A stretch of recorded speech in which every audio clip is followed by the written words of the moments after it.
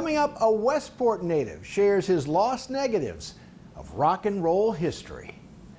The magical moments of some of rock and roll's biggest stars have been captured by a Westport native. The man who took the incredible pictures telling our Mark Sudol he's so happy they were finally found. I had the first rock and roll band in Westport. 80-year-old Michael Friedman loved music at Staples High School in the late 50s and early 60s.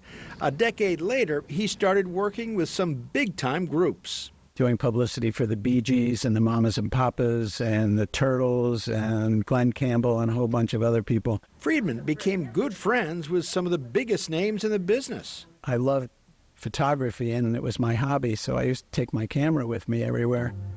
And since these guys were all people that I worked with and they were my friends, you know, nobody was self-conscious or posing for me or anything. The up-close pictures he took of stars like Mick Jagger and Janis Joplin now hang at his pop-up store in Westport. But until recently, Friedman had misplaced them. They were lost for 50 years. Until a couple of years ago, my wife found them in a box of old contracts and music business papers in our attic. Friedman now has a new book out called Exposed: The Lost Negatives and Untold Stories of Michael Friedman. It captures his greatest moments. Oh, this is this great one of Mick Jagger. We've been really just thrilled with the reaction that we've gotten.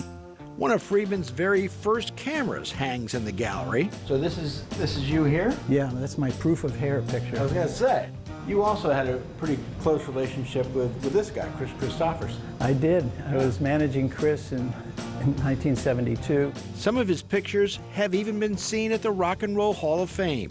So I was very fortunate to have the life that I was living in those days as a young guy. And now those memories are here to stay. In Westport, Mark Sudol, News 12 Connecticut. And if you'd like to find out more, we do have a link for you at news12.com.